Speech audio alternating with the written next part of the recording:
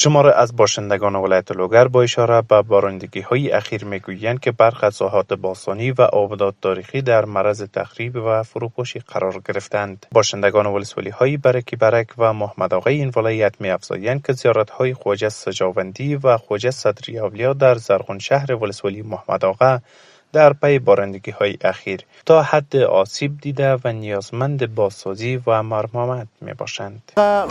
مسلم خراسانی زیارتگاه چه دیدن حفاظت کېدله، خو اوس تو مدیر په دې خوا لږ داسې د ده په صحیح توګه د ده حفاظت نه کېږي، نه ده شوی.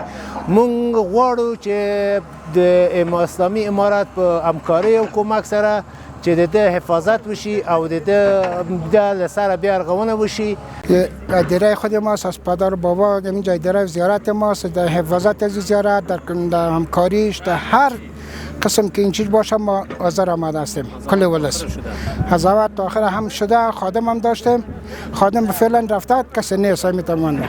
داسې جایات باید زیات توجه وکړي ځکه چې دا ځایونه چې دي دا تاریخي مبادی دي او د موږ د تاسو چې دي هغه کسان ښه شخصیتونه دي. نو د دې لپاره چې موږ د وزارت نه او له ریاست نه د غوښتنه کوو چې دې ته بار راسي او کوم ځانونه چې موندلي دي کوم ځایونه خراب شوي دي ته زیات توجه وکړي او جوړ کړي. در همین حال مسئولان ریاست اطلاعات و فرهنگ ولایت لوگر میگویند که با نظارت داوامدار از آبادات تاریخی و باستانی تلاش کردند از تخریب و فروپاشی آنها جلوگیری کنند. آنان همچنان از باشندگان این ولایت میخواهند که در راستای حفظ و نگهداری این آبادات با نهادهای مربوطه همکاری نمایند. تاریخي آبده چې دا یو تاریخي شی دی د افغانستان د ټولو ملت هویت څرګندونه کوي او د ټولو ملت باندې ساتنه لازمي ده. د لکه څنګه چې موږ د کله راځو نظارت تر سره کوو، همیشه وجود نه لرو.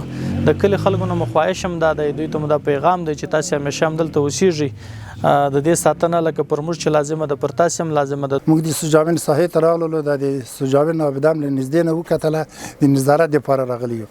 په دې شپو ورځو کې ډېر بارانونه سوي دي، زلزله هم وسوله.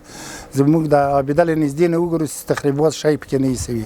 انشاءالله تعالی جوړه ده، دومره تخریبات نه لري، ډېر کم تخریب لري. بر بنیاد آمارها در ولایت لوگر 12 ساحه تاریخی، 16 آبده تاریخی، بیش از 20 قلعه تاریخی، 19 زیارت مشهور و 6 ساحه تفریحی وجود دارد.